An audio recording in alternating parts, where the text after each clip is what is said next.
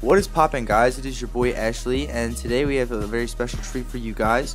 This past week, Aaron, AA2420, you all know him from my channel if you've been subbed here for a while, has been not feeling well, and he asked me to step in and sub for him in the P4G. We will be playing Choice CJ, coach of the Baltimore Oriolus. I hope I'm saying that right. It's a play on the Orioles. I really like the name, and I'm gonna go through this. I'm not sure about a lot of the prep that Aaron brought, just because I'm not sure of CJ's entire team. I did not know what CJ's team was until we actually played the match, just because of the last minute nature of the sub. So I'm not going to speak too much on what all the sets do, but I'm going to go over a general thing. And from what I can tell, their intention was, we have a Tropius with the Sunny Day, Earthquake, Solar Beam, and Hidden Power Fire, as well as the Heat Rock and Chlorophyll. That is obviously just to get sun up and start trying to sweep. This will burn through every single thing on his team except for the Seismitoad, and we do have other ways around that. So I was really hoping, because I love Tropius as a Pokemon, it's one of my favorite. Oh, I guess it was from one of my favorite gens, and just was a Pokemon that I used in playthroughs a lot. I'm really excited to use this, and I'm hoping it can come through big for us, probably in the late game, just because a lot of these Pokemon do need the necessary chip. Like Muck is very bulky, Tapu Koko isn't super bulky, but we are also not really attack invested with this Tropius. So basically anything I need to hit with Earthquake, I'm a little bit worried about. But we'll go ahead and talk about our next Pokemon, which is Elephant, the Dawn Fan. He has Life Orb with Rock Polish, Earthquake, Stone Edge, and Fire Fang. If we can break through the Seismitoad, this thing can Rock Polish up and just sweep his whole team. So that is another Pokemon that I don't really see as much in the offensive capacity. It is very offensive, but I am excited to be bringing it in the offensive capacity for myself for what I'm pretty sure is the first time. We also have Roadkill, the Stunfisk. This has Leftovers, Static, Earth Power, Discharge, Hidden Power, Ice, and Stealth Rock. This thing is, I could pretty much tell it's got some good things about it. I personally probably would have brought Hidden Power Grass over Hidden Power Ice, but then again, as I said, I don't know what other Pokemon CJ has, so I just assumed that Hidden Power Ice hits another threat on his team more than the Hidden Power Grass would. But that was the first thing I remember thinking when I saw CJ's team was, damn, I really wish I had the HP Grass. So this thing is going to be great for getting up rocks, coming in on the Tapu Koko pretty much every time, and I think that's pretty much what it's going to be mainly, because I could switch the Donphan in, but I also don't want that Donphan taking any more damage than it has to, because it is Life Orb. So next up, we have Buzzswole. This is a Life Orb Buzzswole. Lots of Life Orb this week. Bulk Up, Drain Punch, Ice Punch, and Earthquake. So this Pokemon is going to be able to basically put in just a lot of mid-game work, in my opinion. It's just, I don't see this Pokemon sweeping at the end, but I could definitely see this Pokemon coming in mid-game and grabbing kills very, very easily. Again, Ice Punch on this set is a little unfortunate because it doesn't hit anything super effectively. There is obviously something on CJ's team Aaron was very scared of, but again, we can't always predict what our opponents are going to bring, so I don't fault him at all for bringing the ice coverage. It just is a little bit unfortunate having that move slot almost wasted by the variety of Pokemon that CJ did end up bringing. Second to last, we have Shami's Girl, the Manaphy, which is Assault Vest. This is Ancient Power, Energy Ball, Scald, and U-Turn. I really like this set. It's going to be a great check to... Ooh, hiccups. It's going to be a great check to Volcanion. And yeah, that's mostly it. I guess it helps Wall Pelipper too, and there's not a whole lot that Scizor can do to it, but I really don't want to lose that Assault Vest to a knockoff, because then Volcanion becomes a lot scarier. But this is definitely more of a pivot Pokemon this week. Aaron left 4 EVs off of it that I can tell. Looking at this right now, he's just 252 special attack, 252 speed, so when he watches this, I'm sure he'll get a laugh out of that. Anyway, finally, our last Pokemon is going to be Crobat. So this is a Pokemon I've never gotten to use before, and I'm excited to get the chance to, and it just so happens to be my favorite set. This is Nasty Bad. It's Nasty Plot, Sludge Bomb, Heat Wave, and Air Slash, which once we get rid of that Alolan Muck, is going to be able to put in a lot of work. The reason I say Alolan Muck in particular, and I guess Seismitoad as well, but Alolan in particular is because that Pokemon does like to wear the Assault Vest. It's a great, in my opinion, it's good, and it's great in League with the Figgy set, but I also really like the Assault Vest set. So looking at his team, that's definitely something I tried to keep in mind, was just to get rid of that. This Crobat is also rocking the Wakanberry, meaning that it will be able to tank a Volt Switch or something like that from full health against Tapu Koko sometimes, as long as it's not Specs or Life Orb or anything wild. But to be fair, to be honest, I probably wouldn't have brought the Wakanberry this week, but I am glad to have it in case we get caught off guard by a random electrical move, which I don't see coming. But just in case we get favorable rolls, that Wakanberry might have the potential to be very nice for the team. So anyway, I am going to jump right into this and get us started with our first ever P4G next gen match. So we are challenged by Pokemon trainer CJ. I am going to go ahead and lead my Crobat, figuring that I could U-turn on anything. I did not remember at this time that I did not have U-turn, but that is definitely the reason I led it. So here I get into the situation and I go, we speed tie. If he is max speed, we absolutely speed tie. So I did not want to take that chance. I think I could have lived if it wasn't in electric terrain, but in electric terrain there's absolutely no way I would have lived. So I just made the executive decision to bounce out to Stunfisk, and he is going to switch as well right into Tony Stark the Scizor. So this makes me believe that well, actually, since we switched out first, we outspeed him. But there's always the possibility that it was a speed tie. So I'm definitely glad to have switched. And this gives me my opportunity to get my rocks up, as he's just going to knock off my life orb. So that's not a bad trade, or my leftovers. That's not a bad trade, as this Stunfisk, as I said, is really just meant to scare out Tapu Koko. So I have no problems at all taking that little bit of damage to get up those big stealth rocks, because I'm going to switch hard into Buzzwole, since this pretty much hard counters any kind of Scizor set. He is going to knock off, which really sucks, but that's not going to do any sorts of damage, so that's going to be okay. Here I'm going to go for the bulk up, outspeeding his Scizor, which is very nice. And he is actually going to reveal the aerial ace here. So had I not bulked up right there, I definitely would have died, even with, because I mean, the only other thing I could have done was go for Drain Punch, and it would not have given me enough. Well, I just don't think I would have lived in general. So he's going to switch hard out into his Volcanion here, I guess he said he was expecting the Roost, but no, we're just going to Drain Punch to get our recovery back, and that is going to do a ton of damage. Had we not been knocked off with our Life Orb, that easily would have KO'd, but it's okay.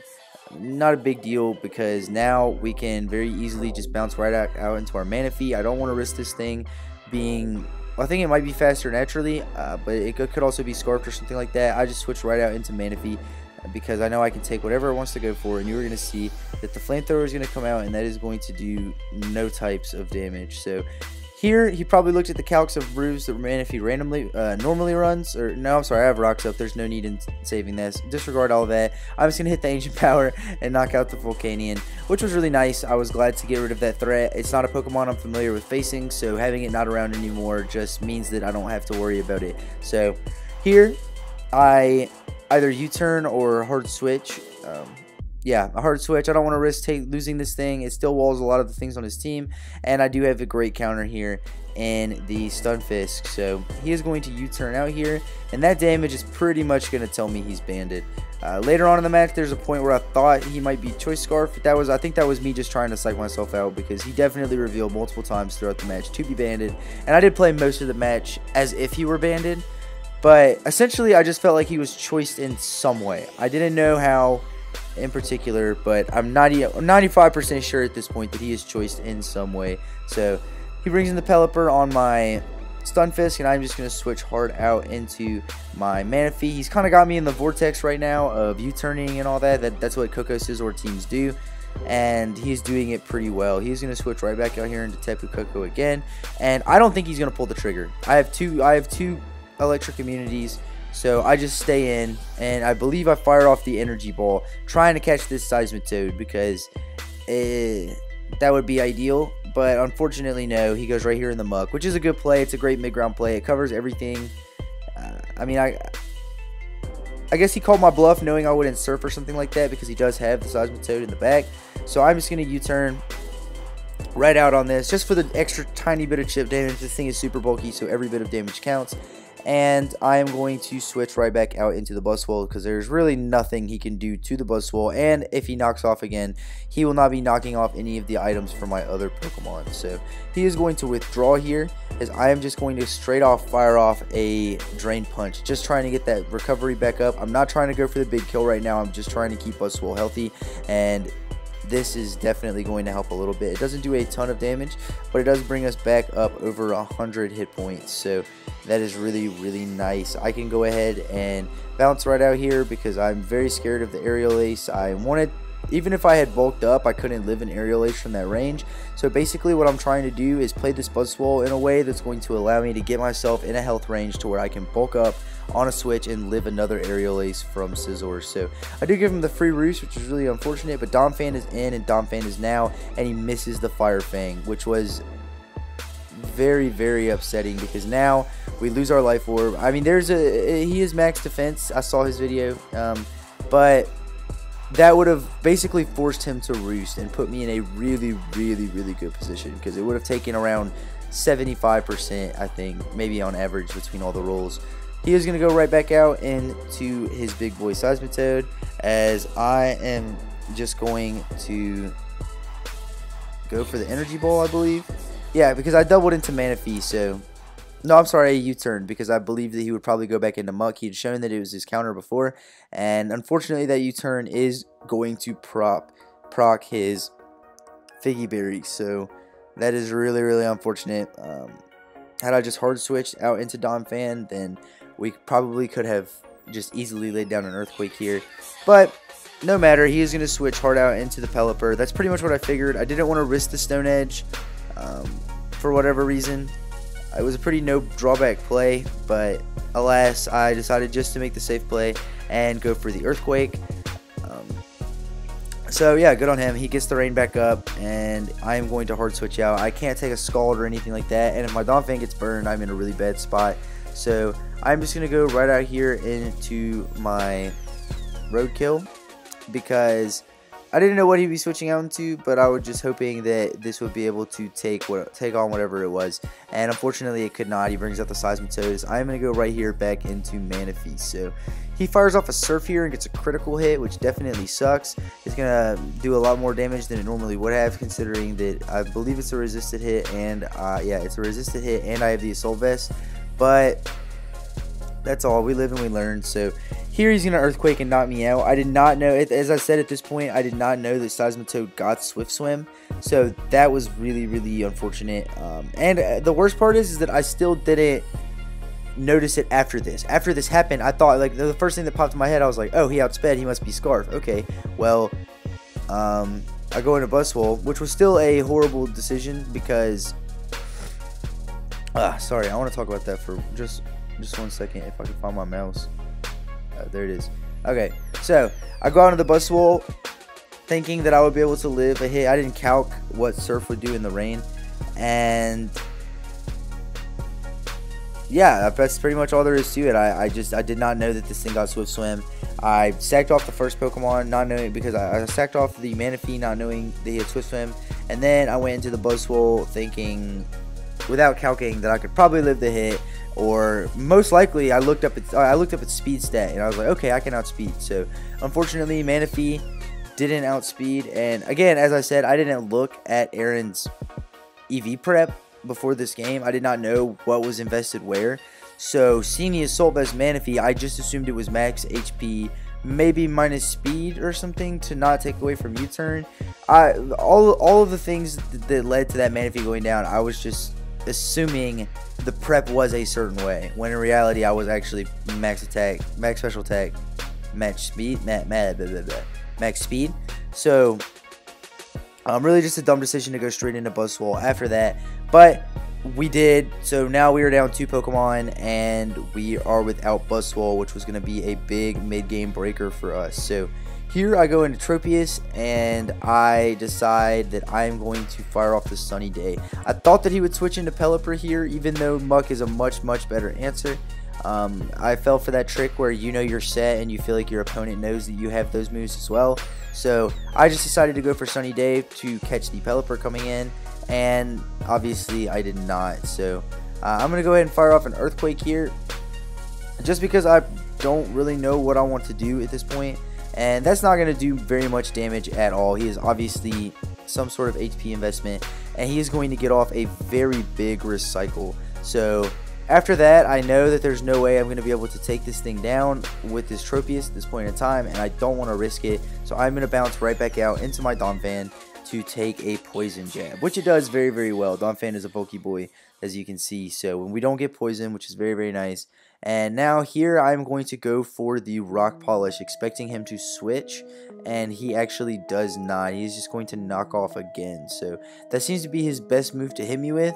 And I'm just going to go ahead and earthquake here because it seems very obvious that he is bringing up a sack.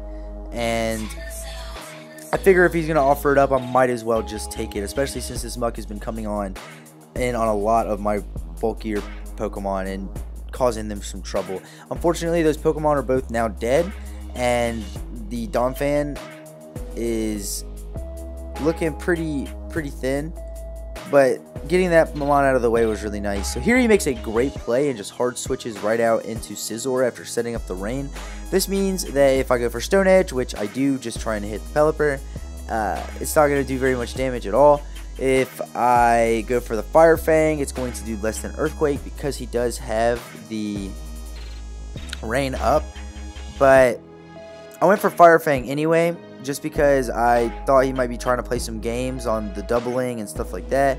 Or honestly that I might just die, and we end up getting the burn, which is really big. It's not going to let the Donphan live the next hit, but it does let pretty much every other Pokemon on my team come in on the Scizor and not have to worry about getting taken out by boosted Bullet Punch or anything of that nature. So I'm going to go right here into Crobat because, as I said, now that he is burned, I can take no types of damage from Bullet Punch. As you're going to see, this is going to do like 10%, something like that, as we are able to get up the Nasty Plot, which is very nice. So here we do have the Heat Wave option, but at the range of health he's at, I didn't want to risk missing it, so I just go for the Air Slash. It does have very slightly higher accuracy, but it just seemed like the smart decision, especially since the rain was up. But now the rain is down, so we're going to be able to use Heat Wave on different Pokemon. And now Usain Bolt is in, and he is now. So here I anticipate that he is just going to U-turn. He's been doing that pretty much the entire game, and I'm going to fire off an Air Slash here. So he does U-turn. That does, again, no types of damage because it does 4 times resisted, and he is going to go right back out into the Pelipper, which is not going to take this Sludge Bomb well, especially since it is only on 1 HP after the rocks, which was really lucky on his part because it does let him set up the rain again. But we are going to take our kill with Crobat and put the game in our favor. Not exactly in our favor, but if we can stall out all of these rain turns so that the Seismitoad is underspeeding everything on my team, then we can definitely win this one with the 3 Pokemon we have left. Here he's going to fire off the Wild Charge, which is going to knock me out through the Wakam Berry. It is electric terrain boosted, and there's not a whole lot I have to say about that. I don't think the Wakam Berry was that great of a bring this week, but I do know that, again, he may have other electric threats on his team that Crobat was meant to set up on. So now that he is locked into Wild Charge, I assume he's locked, especially after he switches here. I am going to go into my Stunfisk and then make a hard double right back into my Tropius on the Seismitoad. So here, see, if he has Ice Beam here, I think I just lose.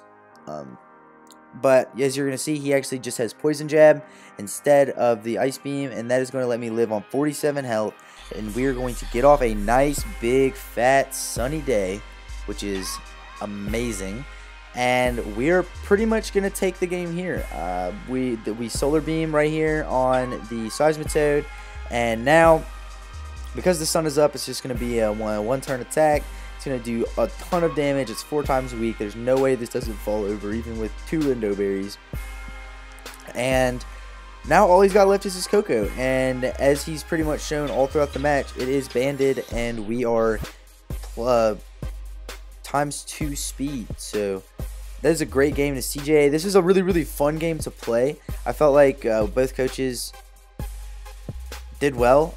There's not a whole lot in this game I really regret other than not knowing that Seismitoad got Swift Swim, but that's something I would have known had I been active in the prep for this game, so I don't really try to blame myself for that at all. I haven't played Seismitoad that much, but really happy with how the game went. I was really happy to play CJ. I know he's a great battler, and I've watched his commentary for the GBA before, so definitely a really cool guy. I think I'll be linking his channel below. I intend to. I hope I do, and if I do, you should definitely check him out. So I hope you guys enjoyed the standing in, because I really enjoyed it. It was a great battle. Yeah, thanks again. I guess shout out to Aaron for hooking me up with the opportunity. Shout out to CJ for being understanding of Aaron and playing me as a sub. And shout out to all the people from Aaron's front office for building this team, because it really came through the clutch for me. So hope you guys enjoyed. If you're here from the other P4G coaches and you don't know me yet, go ahead and feel free to like, subscribe, and comment. You know how it goes. But I'll see you guys next time. Peace.